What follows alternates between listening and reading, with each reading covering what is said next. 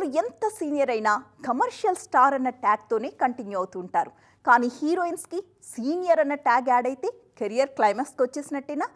ఆ ట్యాగ్ తెచ్చుకున్న వారికి యంగ్ హీరోస్తోనే కాదు సీనియర్ హీరోలతో కూడా సినిమా ఛాన్సులు రావడం కష్టంగా మారుతుంది.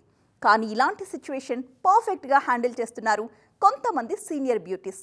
జనరేషన్తో సంబంధం లేకుండా స్టార్ ఇమేజ్ని కొనసాగిస్తున్నారు. కాజల్, తమన్నా, త్రిష, శృతి హాసన్ ప్రెజెంట్ ఫామ్లో ఉన్న సీనియర్ కేటగిరీ హీరోయిన్స్.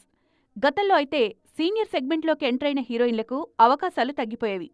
కానీ ఈ ఫార్ములాను బ్రేక్ చేసి చూపిస్తున్నారు ఈ beauties.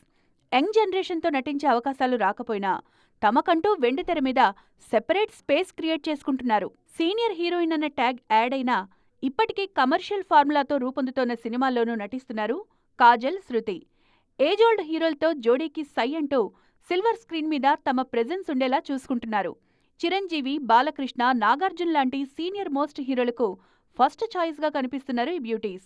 Glamorous beauties Tamannaah, Rakul Preet Singh కూడా ఇదే ఫార్ములాను ఫాలో అవుతున్నారు. అప్పుడప్పుడు లేడీ ఓరియంటెడ్ సినిమాలు చేస్తూనే కమర్షియల్ ఫార్ములా సినిమాల్లోనూ మెరుస్తున్నారు. తమన్నా బాలీవుడ్ ప్రాజెక్టు మీద కాన్సంట్రేట్ చేస్తుంటే త్రిష సౌత్లో సీనియర్ హీరోస్ను కవర్ చేస్తున్నారు.